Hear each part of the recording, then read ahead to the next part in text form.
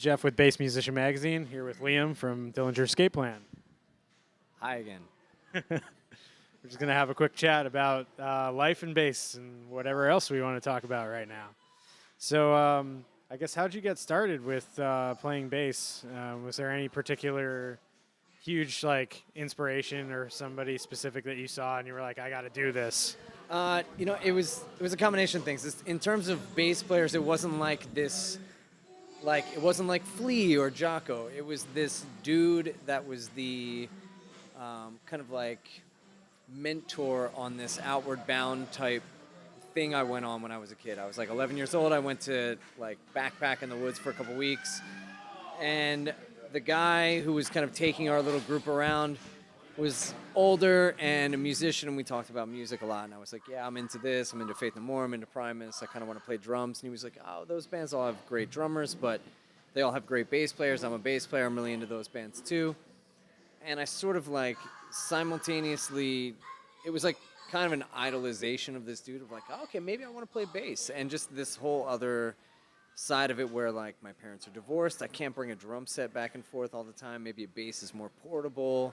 I started listening to music in a different way and was yeah, maybe it is the bass players. I kind of looked at the Fleas compared to the Chad Smiths and was kind of yeah, maybe I relate more to the Flea kind of character in all of this. So you really wanted to do something with music. Weren't set on what yet. I was really moved by music, grew up on MTV. My mom, there was always music around. But it wasn't like jazz. It was my mom was into party music, like Erasure and Pet Shop Boys and early Madonna, and my dad was into some classic rock and listened to it, but it was more like classic rock on the radio when we were driving and not a lot of music at home. I don't really know where I got the musical bug, but I think again it was almost I think again MTV played such a part of it where I saw let's say the Paradise City video. And it was as much about the lifestyle of it all. It was I wanted to be a bass player, but it was also I want to be in a band and I want to be on stage and I want to be on tour and I want to do this. It was it wasn't I want to be a studio guy or something like that. I had different direction right from the start. It was I want to travel. I want to be on stage and see the world, make music, have fun, rock out. Kind of be a pirate. It was some of that middle finger to everything. Ness of it all, I totally can relate. It's who wouldn't want to? That looks like fun. That just seemed like the most direct ticket there. I was always into art. I just didn't see that as being direct enough or something. I don't know. Well, I mean, it's like any type of art. I think there's for me, I like all types of art, but nothing touches me provocatively in the way that that music does. Yeah. Yeah. But it's nothing's ever gonna really get to my soul like that directly. Music, not unlike film too, it kind of encompasses all of it. So if you're into music, you can still find a way to make your painting a part of it. Or you can find a way to make, for me, woodworking or some way. I don't know, maybe I can make instruments and be a musician and find a different way of expressing it. It just kind of touches everything in that provocative way that you so eloquently mentioned. Do you supplement your musical art with any other types of art? Yeah. I when I'm at home, I work at a wood shop occasionally. I went to school for woodworking and dropped out to do Dillinger. So I have a background in furniture, and I've always liked to draw and everything. It's all kind of really contracted since being in Dillinger. This just sucks up so much of my time. And I think when I was a teenager trying to figure out where to put my eggs, I always felt more like a musician, but just kind of did art because I didn't want to I was always afraid of going to school for music because I had a cousin who put some bug in my ear at a young age about he went to Berkeley and dropped out and went to the Marines a year later. And it was just such a weird thing. And I just kind of also felt again, it was like I was trying to be in bands. It wasn't necessarily like I wanted to be the greatest musician of all time and needing to go to Berkeley for that. So I chose to go to an art school so that I could kind of, you know, worst case scenario, I could hate art and still love music. And, and then it just kind of all happened. And, now I'm doing music instead. And it just seems like now I get to focus on what I think deep down I always really wanted to focus on. And the art is just kind of, it's more just like I'm a critic of things in an artistic way. I get to be like, 3 years of art school, it's like you learn how to critique things almost to an incising degree, which is good and bad, in all of this. Because, again, music is like there's so much aesthetic that goes along with it. It's like once you record the music, then you have to go and perform it, and that comes with a whole other, library of issues, So. It can also end up that you end up presenting that music differently live than you did on the record, and that makes it a whole different animal. Yeah, I guess in some sense you hope to. There are certain acts that I want to see be at least album perfect. There's other things that I'm a little bit more. I let the attitude kind of speak more.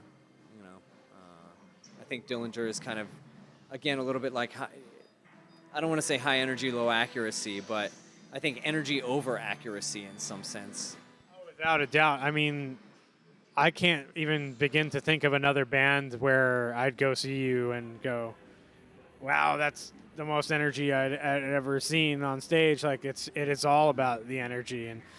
While you say it's over accuracy, I don't think it's in spite of it. Like there's definitely seems to be attention on all angles from you guys. It's really great. I think in a lot, when I'm in the studio, it's more like accuracy, or, I want to put an attitude into it, whereas live, I think it just becomes you prioritize differently. If it's a matter of me interacting with somebody in the crowd and like grabbing them and missing notes because I'm not playing, I think like delivering an espresso of energy to that one kid is like worth sacrificing those couple notes that the rest of the room might have missed. It's definitely made like my opinion of you guys, and it's just my opinion, but you guys are a live band. You're the band to go see. Like that's what you do. You go see Dillinger. Your music is fantastic, and listening to your albums is like an experience in of itself. But the whole experience is seeing you guys live. This other feeling, You can't. It's not possible to capture that remarkable energy that you guys have when you're on stage on a CD. Yeah, of course. Or, and in some cases, or on film, or, Exactly. You have to be there. That's it. Yeah. Go see Dillinger. Now. Sale now. Yeah, for sure. Let me see. So how this is day 2 of your tour. How was day 1? Day 1 was a good day 1. I kind of, I don't beat myself up or congratulate myself too much on day 1, either which way. Like, if it was a great show, it's kind of like, okay, that was just a fluke. If it was terrible, it was kind of like, all right, day 1, the rust shaker. But I thought last night was good. We had 4 new songs in the set, which is always kind of, no matter how much you rehearse it, you're still gonna like anticipate a little bit. These songs aren't necessarily easy, and even the ones that I consider easy are hard because they're simple. When we have something that goes for more than 4 bars, I start to feel like, is this going on for too long? And it's like, no, this is just that kind of song. Or, is this, and again, not to say that everything's similar, but a lot of it has after 5 records, things have a sound. And you start to be like, wait, does this one start this way or this way? That kind of stuff. When you're in the moment and have a moment to second guess yourself, you almost inevitably will. Anyway, the short answer is it was a great first show. Baltimore set it off. It was great, like interacting with the bands that we're playing with. Yeah. So you were saying you were excited about Bent Knee being on the road with you guys. How'd you find out about them? I think, there's, I think everybody has that one or 2 friends that are just like, insatiable about music and will always just feed stuff to you. And I just got a text one day, just kind of a link to a Bandcamp page. I clicked it. I listened to a couple songs. I was like, "Whoa, this is rad," you know. And it was Bent Knee, and I just started inquiring more. And he was like, "Yeah, I saw him at a house show in Philly last night. Just haven't seen anything quite like that in a while, or if ever, and that was really cool. And I feel like you would like it." So that was the short version. And then I guess over time they've played, and I've always missed them or been out of town or like couldn't make it to the show. So selfishly, I asked them to come on tour so that I can see them. You know? Awesome. It's like if I'm always going to be away whenever they're playing, then I'm just going to make sure that at least 10 times I get to see them.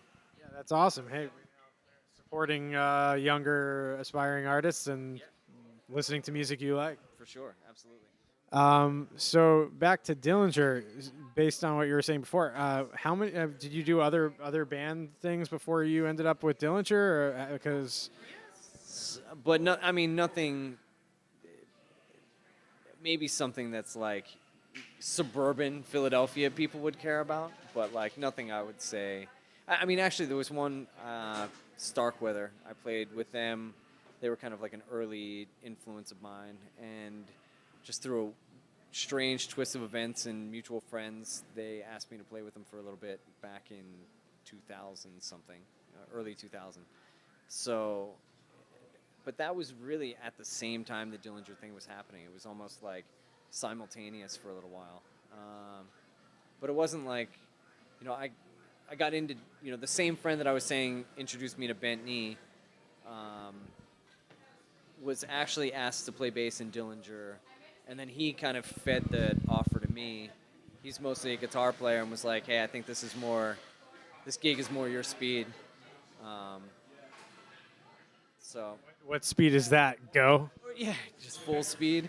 No, I think just kind of, you know, I think we both respected and liked the band when we first heard it, but I think he knew that I was, again, like I was a bass player already. He played guitar, had played bass on some things, but was like, I don't know if I could do bass live. Or just kind of, I feel like, you know, this is more, I don't even know. I'm not sure why he gave me the gig, but I thank him every time I see him. Yeah, man. I mean, this is an awesome gig. This is like a crazy experience to be a part of, for sure. It's touched pretty much every aspect of my life in some really significant way. I can. Yeah.